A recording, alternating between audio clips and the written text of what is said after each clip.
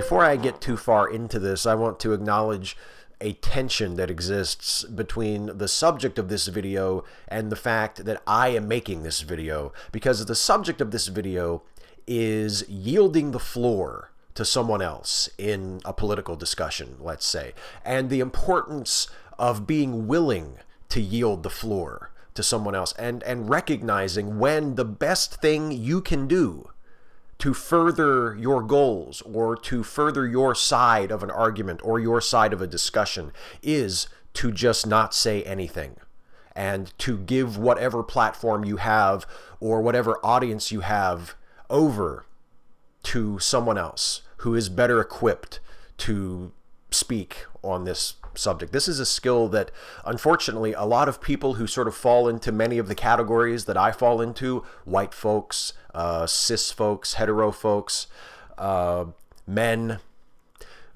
we have a lot of trouble getting our heads around the idea that there are times when it's best for us to not say anything.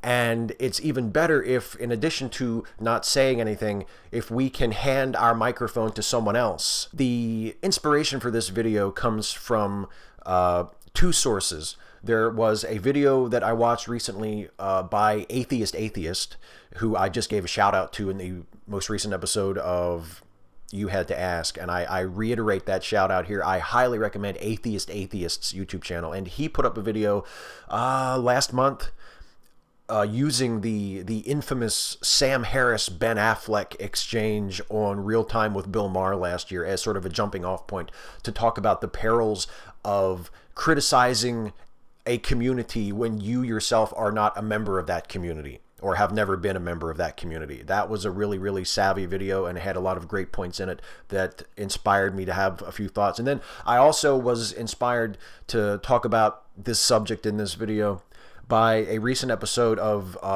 the Dogma debate podcast, where the subject was social justice, and David Smalley and Alex Jules and Eli Bosnick spent really most of the show talking about the idea of safe spaces and what those are and whether or not they're appropriate. And even though this video is not intended as a direct response to either that Atheist video or that episode of Dogma Debate, I would not be making this video on this subject right now if not for having seen those. So both of them are linked in the description of this video, and I highly recommend, if you haven't checked out either of those, to go check them out at some point, because they are both excellent. There are two sides to this that I want to discuss briefly in this video. One inspired by that episode of Dogma Debate, and the other inspired by that Atheist video. So let me take the Dogma Debate inspired side first. In that episode of Dogma Debate, when they're discussing safe spaces, the host, David Smalley, who in general I think is a good guy, and I'm not attacking him here at all, but there were portions of his contribution to that podcast where I just really wanted to beat my head against the wall, because he kept getting stuck on this idea that if he were in attendance in a meeting that was conducted as a safe space, where, let's say, it was designed to focus only on the voices of people from a certain group. Like, let's say it's a safe space and it's designed to where the only people that they want to hear from in the safe space are people of color. And they don't want people, it's not a time for people to say something critical. It's not a time for people to argue. It's just a time for people of color to be able to stand up and speak their mind and speak their heart and say what's on their mind and just get things out there in a supportive environment for people to hear, right? That's the purpose and the intention of the safe space. And let's say that you are a white person and you attend the safe space as a supporter, as an ally. And then one of the people of color who gets up to speak says something that you find offensive. Maybe not necessarily directed at you as an individual, but something about white people in general that you find offensive or that you take personally or are outraged by. And David Smalley kept coming back to this notion that, well, he should have a right to respond. If someone says something about him or about people like him that he thinks is unfair or untrue, that he should have a right to respond. And both Alex and Eli were both trying to tell him, no, you don't. You don't have a right to respond. At least not right there. You don't have a right to respond in the safe space, because that's the safe space. Now, your right to respond has not been taken away. You have every right to respond at some later date, at some later time. Your freedom of speech has not been curtailed because you have the right under the law to say pretty much whatever you want, but you don't have the right to demand to be able to say it and be heard saying it at any particular time and place of your choosing. Now, you can go home and you can write a blog about it or make a video about it or record a podcast about it. You can call your own meeting and talk about it, but you don't have the right to respond right there. There, in that moment, in that safe space that you have entered, wanting to be supportive, the most supportive thing you can do is to keep your mouth shut, is to sit on it. And if you feel like you have to say something, say it later. Say it outside the safe space. And that is a really alien idea to a lot of folks like me who are more privileged than we realize and are completely accustomed to having the floor most of the time and are completely accustomed to our contributions to conversations or arguments or debates or whatever being welcomed and being applauded and just feeling at liberty to speak whenever we feel like we have something to say in any setting, in any forum. Because people like us control most of the forums. And that's something that I really think we need to be better at.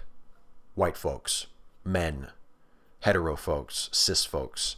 I think we really need to be a lot better at knowing when it's time for us to be quiet, knowing when something isn't for us, and if we have come to a place where we want to support marginalized folks, we want to support people of color, we want to support women, we want to support trans folks, whatever group we happen to be supporting at that moment, that the best thing we can do to support them is to just be quiet. Even if we don't like something that somebody said, we can express our feelings later. We can express our thoughts later. But right now, in this moment, at this time, the best thing we can do is to be quiet. And the worst thing we can do is to try and take the microphone for ourselves, take the floor from one of those marginalized people and say, I, the white person, or I, the man, or I, the cis person, the hetero person, I have something to say and I will be heard. The reason why meetings have to be convened that specifically focus on people of color, trans folk, etc., etc., etc., is because they are not being heard. That people like us are being heard constantly.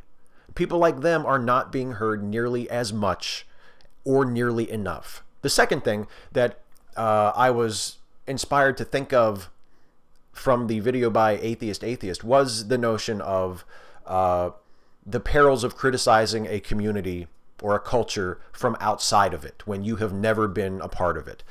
And we see this very often when Westerners attempt to criticize Islamic cultures. And the point I'm making by saying this is not that Islamic cultures should not be criticized, and is not that we Westerners should not be concerned about things we see in Islamic cultures, because very often people will say, well, you know, we care about women's rights, we care about women's empowerment, and women are oppressed brutally and awfully in many Islamic cultures. If we look throughout the various countries of the Middle East, there are many, many examples that we can point to where women are treated just atrociously. And the same can be said of gay people. The same can be said of people who are judged by whatever criteria to be apostates. They are treated horribly. They are oppressed under the law. They are threatened. They are, in some cases, subjected to violence and even killed. And these conditions ought to be intolerable to anyone who cares about liberty, cares about human rights.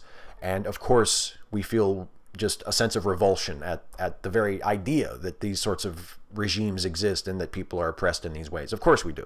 And it's to our credit that we do. But if our goal is to see those cultures reformed, if our goal is to see the conditions under which those people are oppressed improved so that that oppression is alleviated, we need to be careful about criticizing cultures that we are not a part of, that we have no direct experience with, that we don't understand. And the point that jumped out at me in Atheist's video about this, that I just grabbed onto with both hands and thought, that's it, that's absolutely what needs to be done, is when he suggested that instead of trying in our ignorance, in our lack of experience, however well-intentioned we might be, instead of trying to criticize a culture from the outside, having not participated in it, having no real experiential understanding of it, instead of doing that, why don't we try to identify voices within that culture who want the same things we want? Why don't we find the revolutionaries within these Islamic societies who want the same things we want? Why don't we find the people who are straining against their own oppression, who understand their cultures, who understand their people, who understand the way things really are, the way things really work in their society, and want to see these things changed? Why don't we find feminists who are in the Muslim world? And there are lots of them, by the way. Why don't we find the gay rights activists that are in the Muslim world and try to amplify their voices? They exist. Why don't we find the atheists or the Christians or the other folks, the moderate Muslims, the people who are considered apostates by whatever regime is controlling their government at this time? Why don't we find those people and help them and elevate them and say, if you want to know what needs to change in these societies and why, listen to him, listen to her. Here's who you can go to. Here's someone you can read. Here's someone you can listen to who will explain what is going on and why it needs to change. Because that way, not only does the message get out, not only do people hear about the terrible conditions in whatever country we're talking about, and also hear about ways in which maybe those conditions could be changed and reformed, but we also reduce the risk that we as outsiders will inadvertently misrepresent or generalize or stereotype the culture that we are critiquing. One of the most infuriating things to me about the way many Western intellectuals talk about Islam, and if this is infuriating to me, I imagine it must be a million times as infuriating to people who actually live in the cultures that are being criticized, being addressed by these people, is when Western intellectual types say things like, well, we need to be able to criticize bad ideas. We need to be able to have these conversations, when it's suggested that maybe they've said something Islamophobic or they've said something that is insensitive or alienating about Islam or Muslims or the Muslim culture that they are trying to address. They make these excuses. They say, well, we have to have these discussions. We have to have these conversations. And of course we do. Of course we do. We desperately need to have these conversations, especially people who are in that situation, people who are living under those regimes, who are oppressed by those cultures. They need to be having those conversations too. The conversations need to be had. The problem is, we're not the ones who need to be leading them. We need to be in a supporting role. And it's true not just with Islam, to which most of the people watching this video, I dare say, will be outsiders. It's not just with a foreign culture relative to most of the people in the audience for this video. It's also, if you are a cisgender person, it's problems that affect trans people. You need to defer to trans folk if you want to understand their problems and if you want to understand how you as a cis person can support them and help them. You need to listen to them. It really comes down to this. If the privileged care about social justice, care about equality, care about human rights, care about being a good ally and a good support for marginalized people, care about empowering marginalized people, then we need to know when it's time for us to be quiet, when it's time for us to listen rather than talk. And we need to know when it is time for us, if we happen to have a platform that we control, to turn that platform over. Instead of us always doing the talking, turn it over to someone who is actually from that marginalized community, or is actually from that culture that we are on the outside of, trying to understand, trying to propel towards progress and reform. Turn it over to someone from one of those communities and let them speak for themselves. And when they speak, they're not only speaking to the rest of their community, the rest of their group, they're also speaking to us. And when they speak to us, we have to listen. Really listen. Not get ready to argue. Not listen and then tell them what they really need to do. not dictate to them, but listen. Not listen uncritically. Not listen without skepticism. Listen critically. Listen skeptically. Ask questions if you feel like there's something you don't understand. But listen.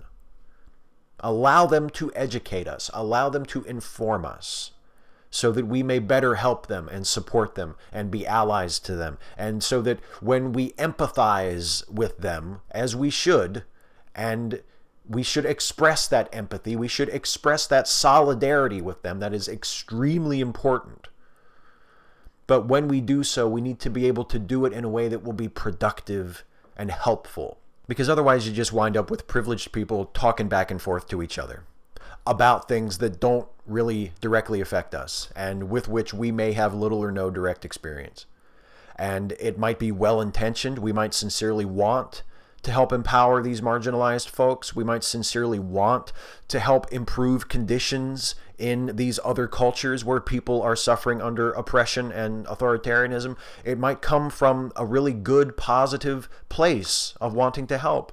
But if it's just privileged people talking back and forth to each other, and the marginalized and the underprivileged are left out of the conversation entirely, then no matter how well-intentioned that is, that's just a circle jerk. One last thing, before I go, I wanted to point you in the direction of what I consider to be an excellent example of what I have been talking about: sharing the platform, yielding the floor. It's an interview series hosted by Tom Leeds called No Old White Guys, where the only old white guy on the show is Tom himself, and he's not even that old, but he is a white guy, and it is his show, and it is dedicated to interviewing women, people of color, trans folk, etc., people from traditionally marginalized communities, underprivileged communities within the atheist community.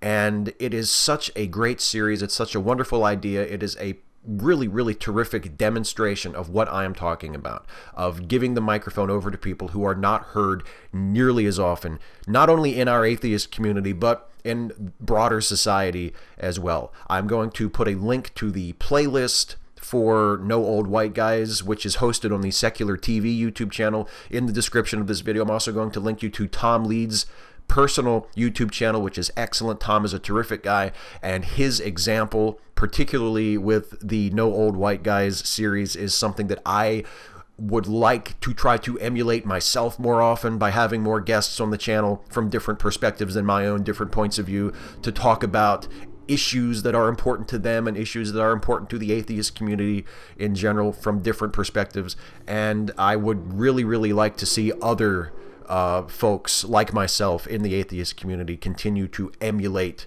Tom and what he is doing with that series, because I think it's just terrific, and it's exactly what I have been talking about and what I think is so important for us to do throughout my ramble in this video. Okay, that's it. Now let's do the black and white thing, because I'm ready to do the Patreon wrap-up. Hi folks, I hope you enjoyed this video. If you did, please like it, share it, subscribe to this channel if you're not subbed already, and also please consider helping me to make more videos like this one by supporting this channel through Patreon. You can go to patreon.com/Steve Shives to become a patron. Thanks for watching, and I'll see you next time.